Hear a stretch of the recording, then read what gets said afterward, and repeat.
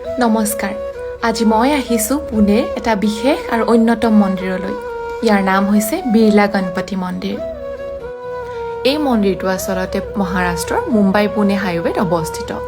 এই মন্দিৰভাগ আছে বহুত ওপৰত আৰু বহুতকেইটা চিৰি বগাই গৈ পেলাইহে পোৱা যাব। কিন্তু মই ভাগৰিলে কেনেকৈ হ'ব চাওকচোন, সেই কণমানিজনীয়ে যদি ভাগৰা নাই। এতিয়া পাবলৈ হৈছোঁ যেন লাগিছে, পাওঁ হৈছোঁ আৰু ফাইনেলি পালোঁ। 180টা চিৰি বগাই এই মন্দিৰভাগ পালোঁ। এই মূৰ্তিটো হৈছে পুনেত থকা মন্দিৰবিলাকৰ ভিতৰত আটাইতকৈ ডাঙৰ মূৰ্তি আৰু এইটোৱেই হৈছে ইয়াৰ বিশেষত্ব। মহাৰাষ্ট্ৰত প্ৰায় 20টাতকৈও অধিক মন্দিৰ মই দৰ্শন কৰিছোঁ আৰু তাৰ ভিতৰত এইটো অন্যতম।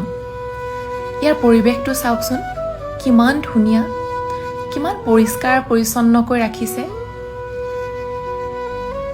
অকণমানো হাই উৰুমি নাই, সম্পূৰ্ণ শান্তিময় পৰিৱেশ এটাৰে পৰিপূৰ্ণ।